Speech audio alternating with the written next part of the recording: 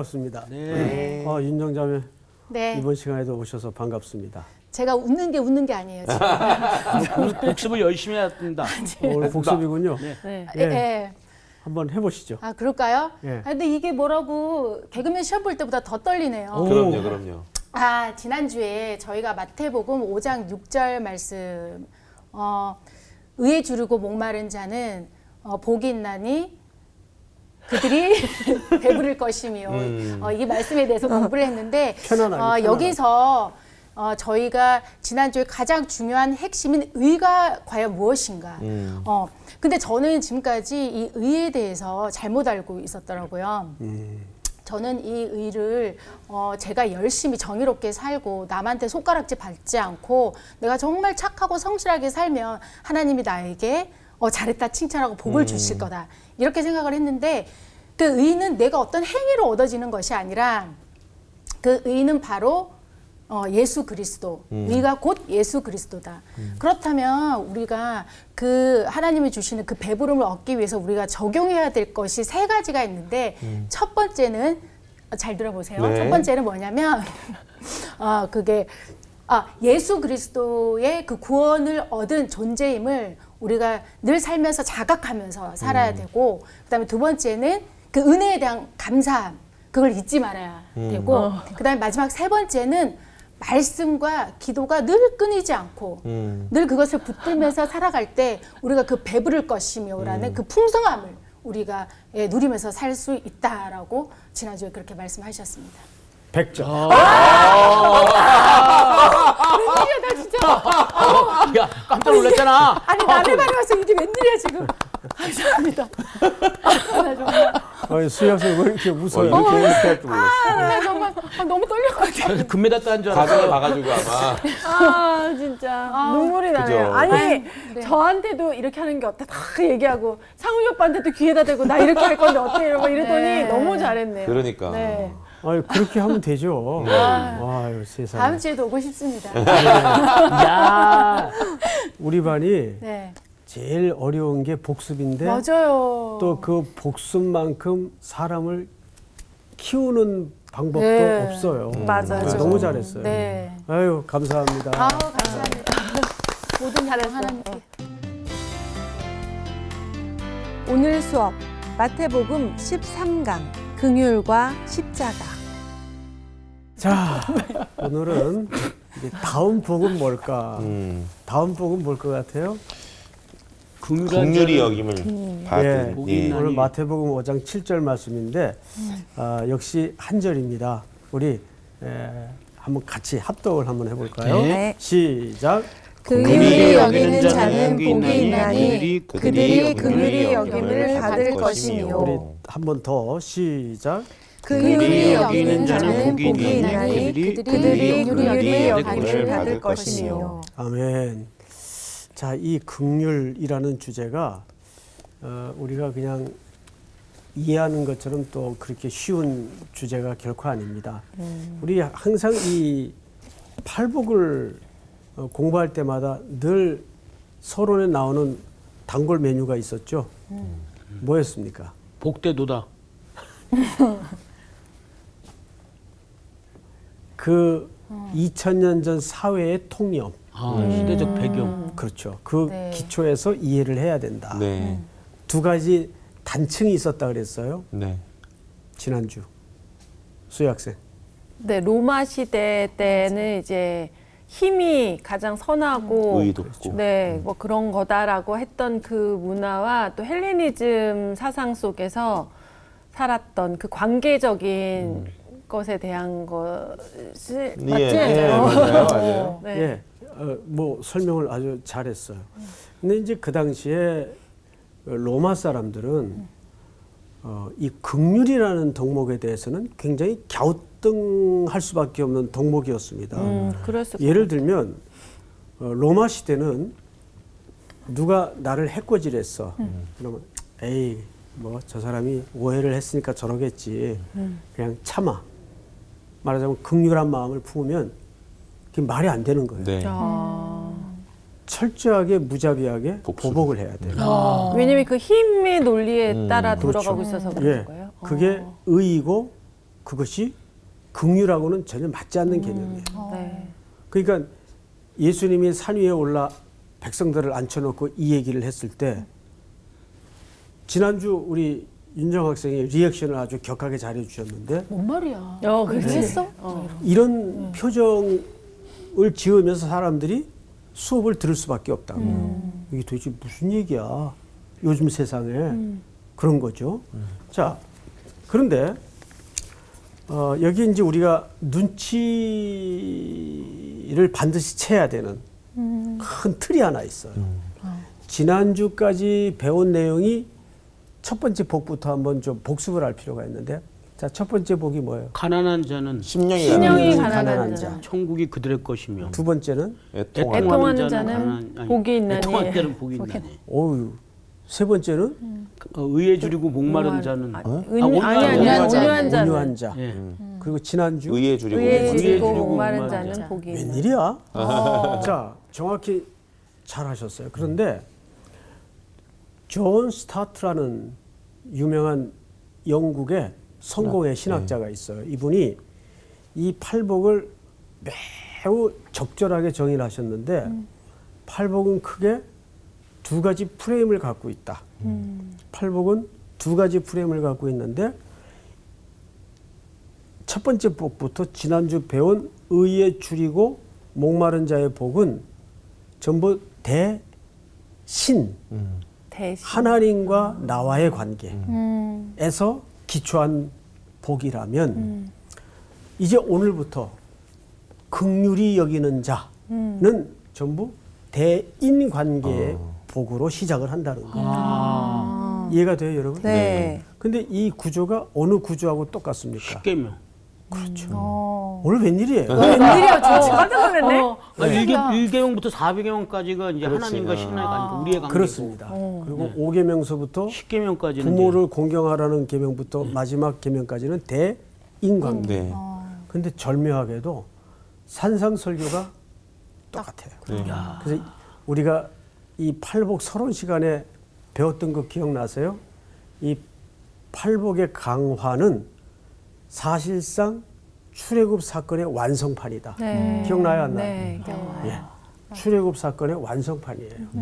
출애굽에서 십계명을 통해 새로운 공동체의 윤리를 가르쳤다면 율법을 주시고. 그 윤리를 완성한 것이 이제 메시아로 오셔서 우리에게 새로운 하나님의 나라의 윤리를 설명하고 있는 이 팔복 강화란 말이에요. 네. 네. 그래서 존 스타트의 이론처럼 아 그렇구나.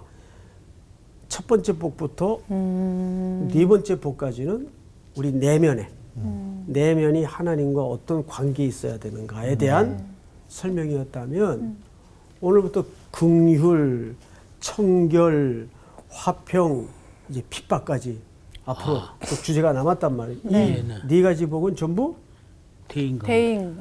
공동체 속에서 네. 펼쳐져야 되는 덕목들이란 말이죠. 자, 이게 이제 여러분 제가 가끔 강의 중에 이분 얘기 종종 했을 거예요. 레슬리 뉴 비긴이라는 선교사 출신의 유명한 학자가 있어요. 이분이 굉장히 아주 그 중요한 이야기를 하나 해요. 레슬리 뉴 비긴이 무슨 얘기를 하냐면 하나님은 창세기 1장 27절에서 세상을 다 창조하시고 나서 남자와 여자를 만드셨어요. 그렇죠? 네. 그런데 이 둘은 평등의 관계보다는 그러니까 기능적으로 똑같이 만들었다는 말이 아니잖아요. 평등의 관계보다는 상호 의존. 적 존재로 만드셨어요. 그래서 돕는 배필로 네네. 만드셨단 말이에요. 이게 최초의 뭐죠? 공동체예요. 그래서 부부라는 질서는 에베소서 5장에 가면 예수님께서 이 비밀이 크도다 교회와 그리스도에 대하여 말하노라. 네. 그러니까 이 부부의 질서를 통해서 결국 이 땅에 드러내고자 했던 것이 교회와 예수 그리스도의 관계를 설명하는 거예요. 네. 그러니까 계시록에 가서 어린 양과 혼인 잔치로 끝이 나잖아요. 성경책이. 네. 그렇죠? 네. 그리고 우리는 그분의 신부가 되어서 새 예루살렘에 하나님의 나라에 새 질서 속으로 들어가는 거예요. 그 동안에 항상 우리를 뭘로 묶어 놓으셨어요? 공동체로 묶어 놨단 말이에요. 그럼 이 공동체가 왜 중요하냐면 하나님은 교회라는 공동체를 통해서 하나님의 일을 온 땅에 펼쳐가기를 원하세요. 그러니까 우격다짐으로 그죠? 하나님 마음대로 하시는 분이 아니에요. 하실 수 있지만 그렇게 세상을 경영하지 않아요. 전부 누구와 의논하고 누구를 통해서 누구에게 꿈을 주고 누구의 마음을 주어서 교회에 꿈을 주고 교회의 마음을 주어서. 그래서 이 교회 공동체는 굉장히 중요한 겁니다. 네. 자, 그렇다면 하나님이 이 교회 공동체를 통해서 제일 먼저 드러내고자 하는 일이 이 팔복의 모습이에요. 이거 제가 지지난 시간에 이런 설명을 드렸어요. 이 팔복은 각각의 주제가 아니다, 사실은. 기억나요, 안 나요? 네. 그러니까 이런 말이 아니란 말이에요. 이게 심령은 가난한데 온유한 복이 없어. 여기는 온유한데 심령이 가난하진 않아. 이 말이 안 되는 거예요. 이것은 마치 하나의 인면체 같은 종합적인 교훈을 이 속에 담아내고 있는 거죠. 네. 그러면서 성령의 9가지 열매 비유를 들었죠. 예, 저 사람은 온유한데 오래 참지를 못해. 오래 참질 못해. 그건 말이 안 되잖아요. 그러니까 이 팔복이라는 것은 한 공동체 안에 또 한 인격 안에 그리스도인으로서 갖추고 드러내야 될 그리고 복을 설명하고 있는 거예요. 근데 특별히 여기서 강조하는 것은 이제 대이웃에 관한 설명이니까 뭘 강조하는 거예요? 공동체. 네. 기억납니까? 공동체예요. 자, 그러면 이제 설명을 좀 보십시다. 제가 이 부분을 한번 읽어드릴 테니까 잘 들어보세요. 팔복이란 첫 번째로 나와 하나님의 관계, 두 번째는 나와 타인의 관계에서 나타나는 종합적인 삶의 모습이다. 이제 이거는 외우세요. 네. 네. 첫 번째 네 가지는 나와 하나님의 관계. 두 번째 네 가지는 나와 타인과의 관계. 관계를 통해서 드러내고자 하는 하나님의 덕목이에요.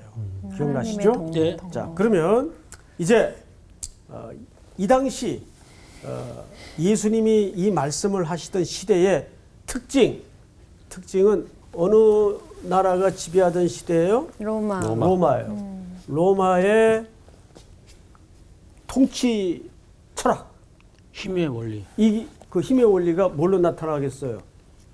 전쟁. 아니? 전쟁의 가장 큰 특징이 뭐죠? 지금 답들을 말하면서도 단어를 못 골라내서 문제예요. 무자비. 무자비. 그 전쟁을 하는데 좀 살살 좀 해줘. 봐줄게. 이런 거래가 없지. 가능할까요? 네, 없어요. 내가 널 안 죽이면 내가 죽어. 이게 무자비예요.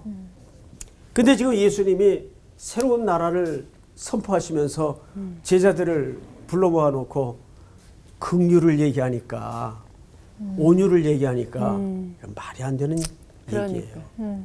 그런데 예수님은 이 세상의 질서와 세상의 원리를 따르지 않고 새로운 그분의 나라의 원리, 윤리를 설명함으로써 그분의 나라가 소멸됐나요?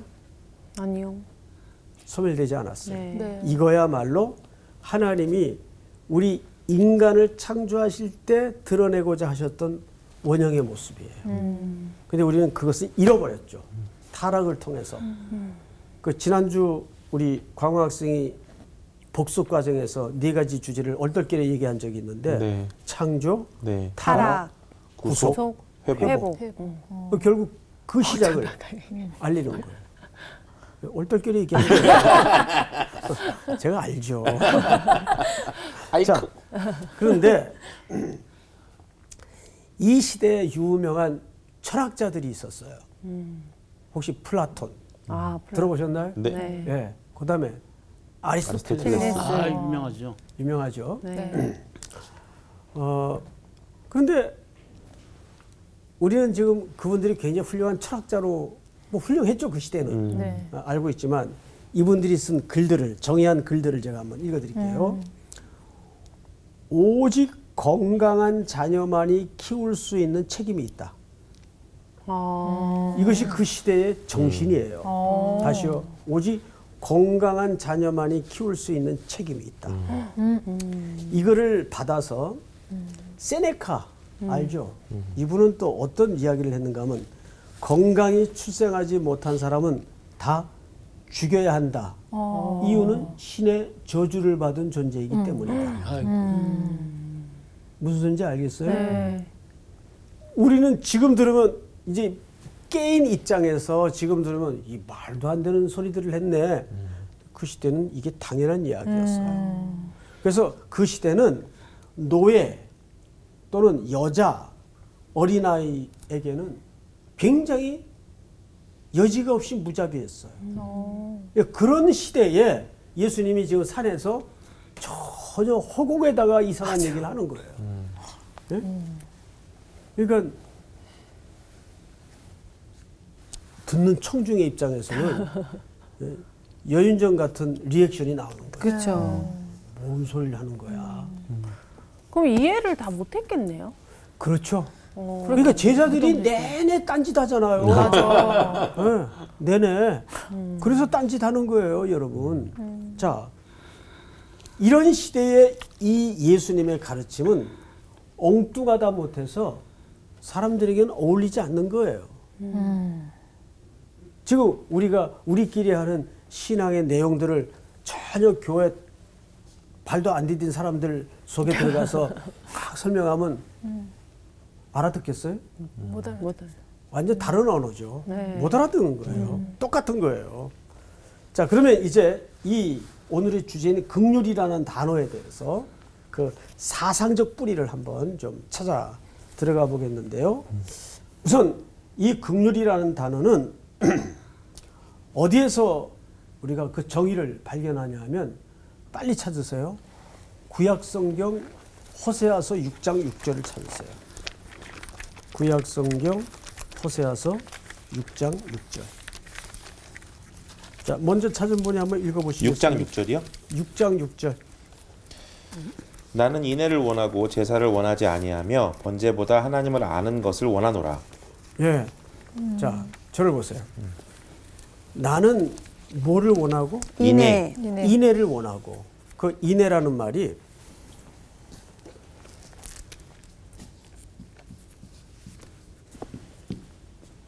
이 말이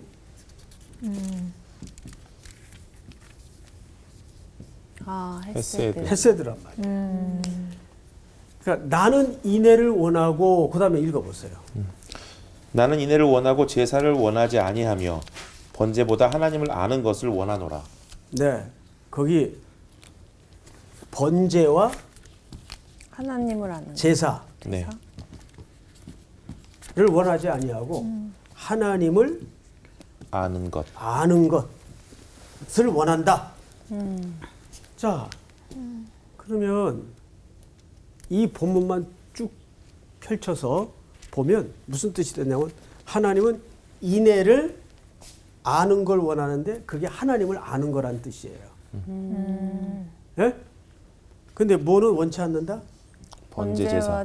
여기서 말하는 번제 제사는 제사 자체를 원하지 않는다는 말이 아니고 인의 의미가 빠져버린 제사. 형식적인 제사. 그렇죠. 형식적인 제사를 얘기하는 거예요. 정확하게. 형식적인 제사. 네. 인애를 아는 것이 하나님을 아는 거래요. 그러면 그 인애가 뭘까? 히브리 말로는 헤세드인데 이 헤세드라는 말은 성경 전체에서 심장 같은 단어예요. 어떤 언어를 동원해도 하나님을 이 한 단어만큼 명징스럽게 정의할 수 있는 단어가 없어요. 헤세드. 이 말을 우리말로 뭐라고 번역을 했죠? 인해. 인해. 그러니까 인해라는 말은 여러 가지 해석이 되는데 능력 이것도 헤세드예요. 그다음에 강함, 자비, 긍휼.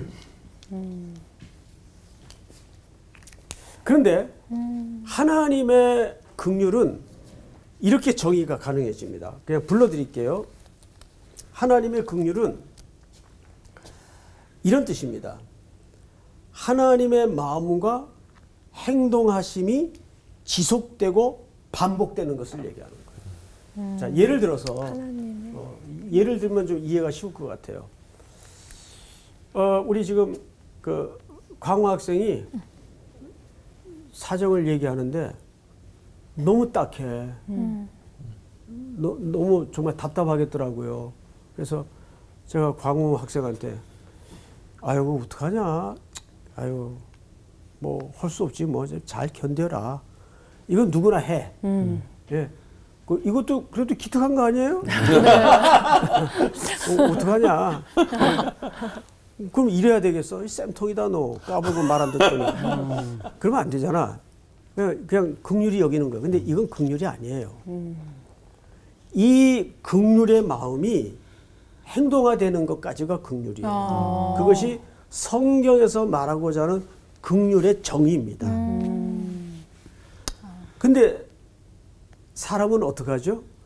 그냥 딱한 마음이 있어도 내가 능력이 없으면 못하는 거예요.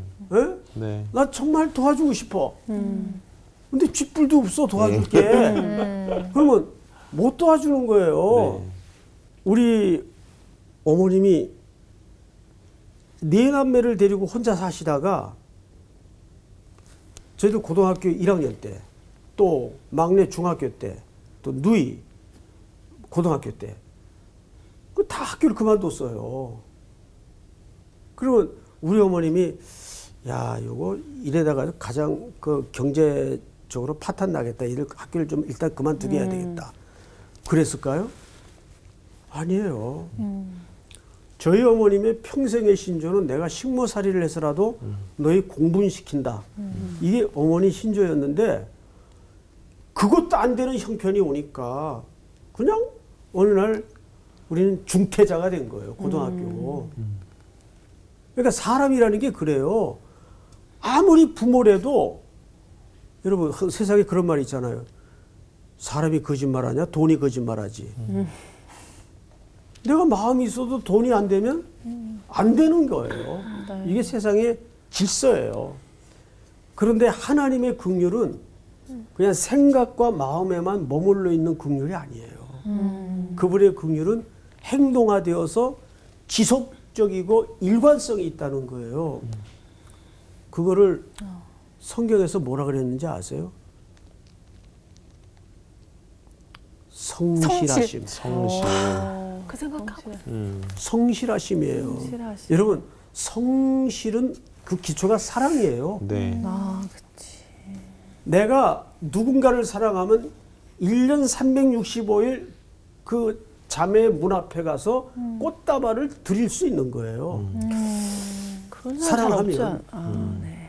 꽃다발을 드려야 사랑하는 게 아니라 네. 그러면 사랑하니까 그 1년 내내 하루도 빠지지 않고 비가 오나 눈이 오나 그 집 행동할 앞에 수 가서 행동을 보여줄 수 있는 거예요. 네. 그러니까 그 성실은 인간적으로 성실하니까 가능한 거예요? 아니요. 아니지. 진짜. 절대 그게 아니죠. 그 뭐가 기초가 된 거예요? 사랑. 사랑이. 사랑이 기초가 된 거예요.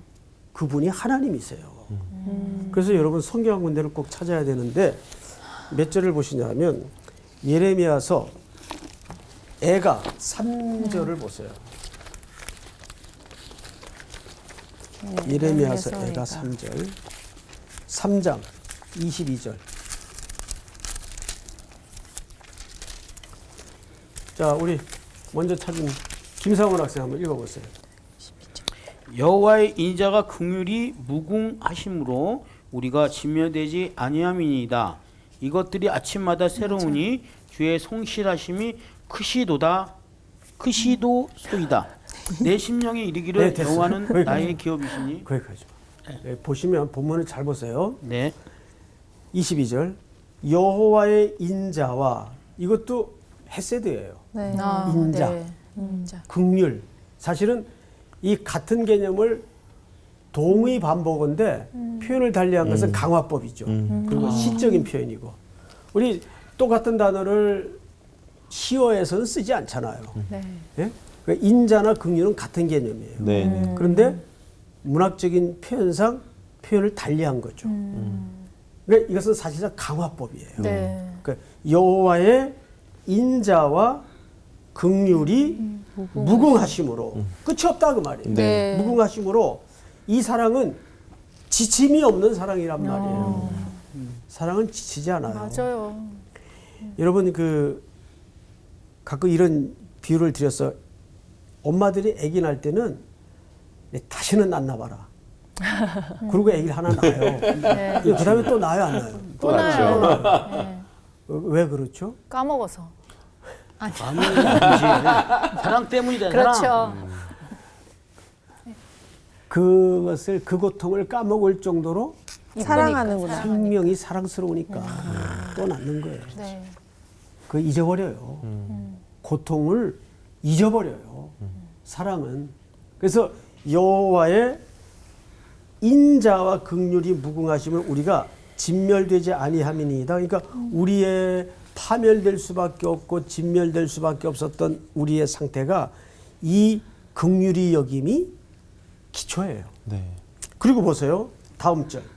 이것들이 아침마다 새로우니 네. 그러면 윤종 학생 네. 아침마다 새롭다는 말이 무슨 뜻일 것 같아요?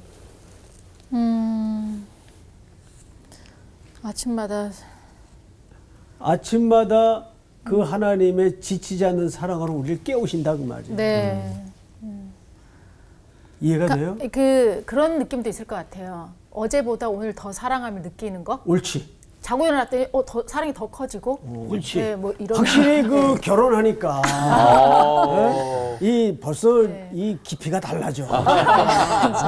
아니 그거보다 집에서 잘 못 느끼는 겁니다. 여기서 더 크게 와닿네요. 옳지. 신랑이 방송 볼 텐데 네, 요것만은 제가 어떻게 좀. 어떡하려고 그래요?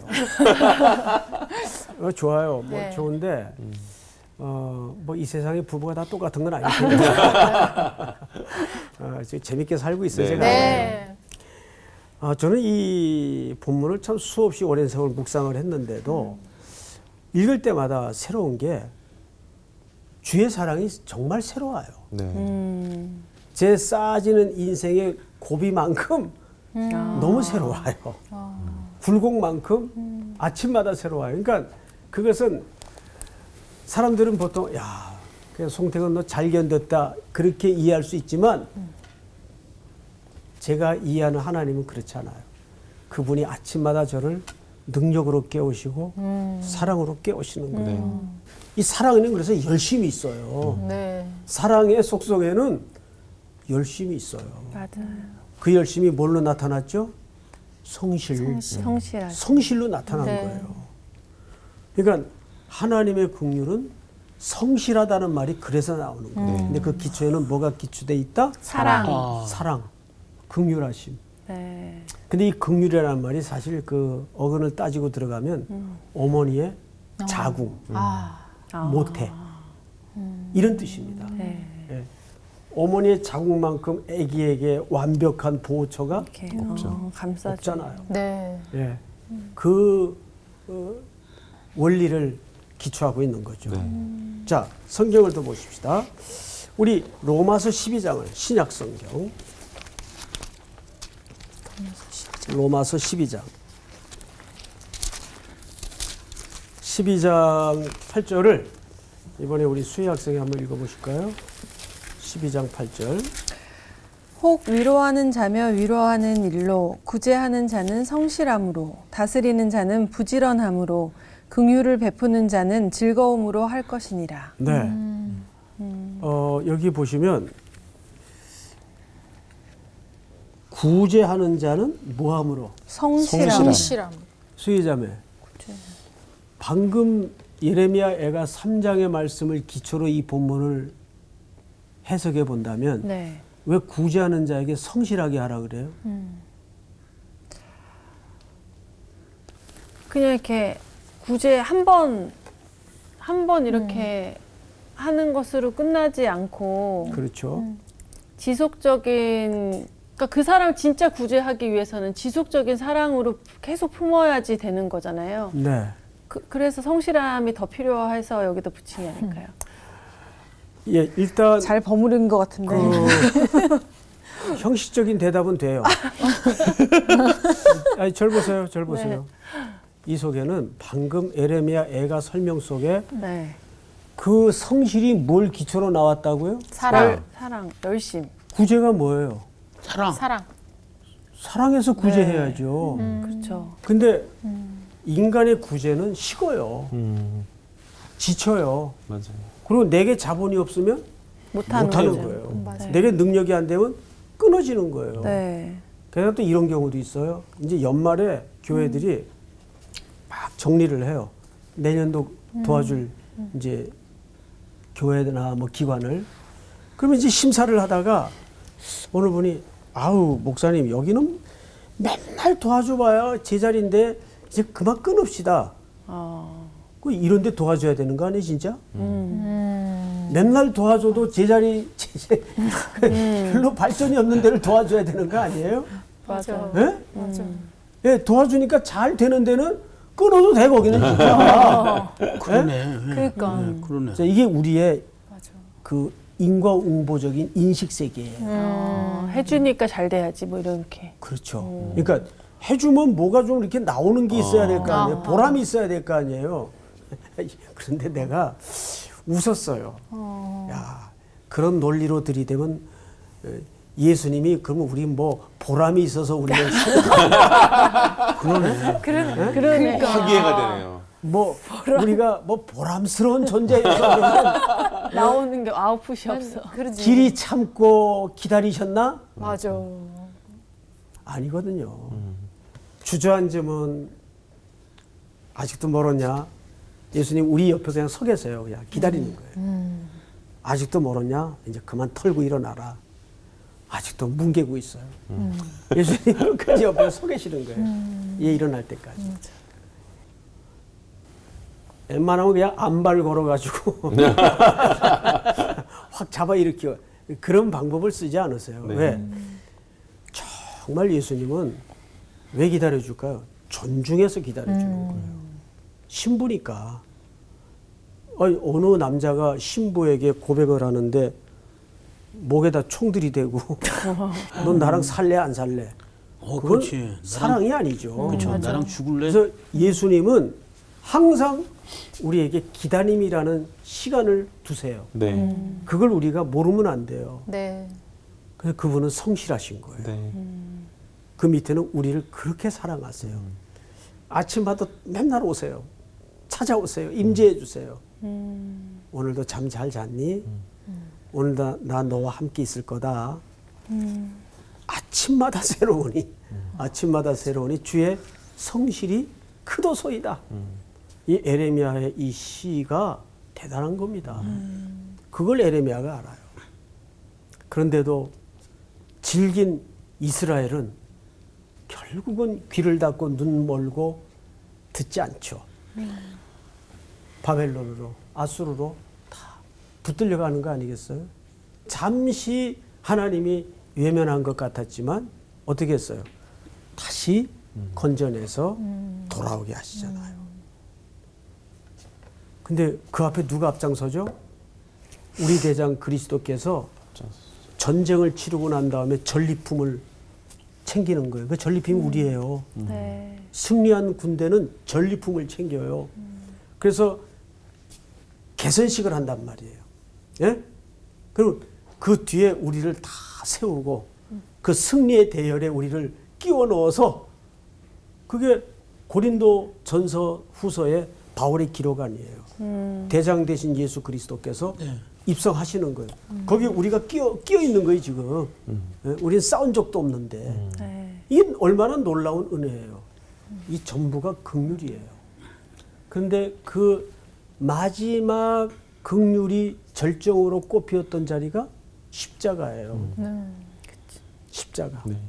그래서 긍휼히 여기는 자는 우리가 긍휼히 여김을 받아요. 그러니까 세상은 제가 아까도 어느 분들과 이제 점심을 먹으면서 뭐 그런 얘기를 했어요. 두 사람하고 밥을 먹었는데 뭐 그 어느 사람이 서로, 저희 둘입니다. 서로 자기 덕에 네가 컸다고 우기고 마음에 있는 얘기를 웃기더라고요. 그래서 제가 이제 넌짓이 재밌어서 그런 얘기를 했네요. 사람은 다 누구 덕에 잘하고 먹고 사는 법이다. 저도 마찬가지고 그렇잖아요. 네. 혼자 논 메고 밭 갈아서 다 자급자족해서 혼자 먹고 자랐나요? 아니요. 그렇지 않죠. 네. 우리는 이 땅에 출생서부터 어머니 덕에 태어나고 그 손에 키워져서 물론 궁극적으로 하나님의 은혜지만 그러니까 우리 삶의 질서와 원리가 누구의 긍휼히 여김 덕에 다 자라고 사람 행세 하고 있는 거예요. 네. 그러니까 인간이 가장 못된 근성이 뭐냐면 내 덕에 내가 잘 됐다는 거예요. 그게 아담의 범죄예요. 네. 자존해 버리는 노력. 그게 하나님께로부터의 반역으로 나타나잖아요. 그래서 우리는 늘 문제를 해결하는 사람이 되지 말고 해결받는 사람이 돼야 돼요. 오. 그게 신앙의 질서. 네, 네. 와. 네? 반전이다. 와가 아니라 우리 반 학생들은 다 알아요, 이거를. 저는 이게 굉장히 우리 크게 늘 듣는 와닿는데요. 얘기야.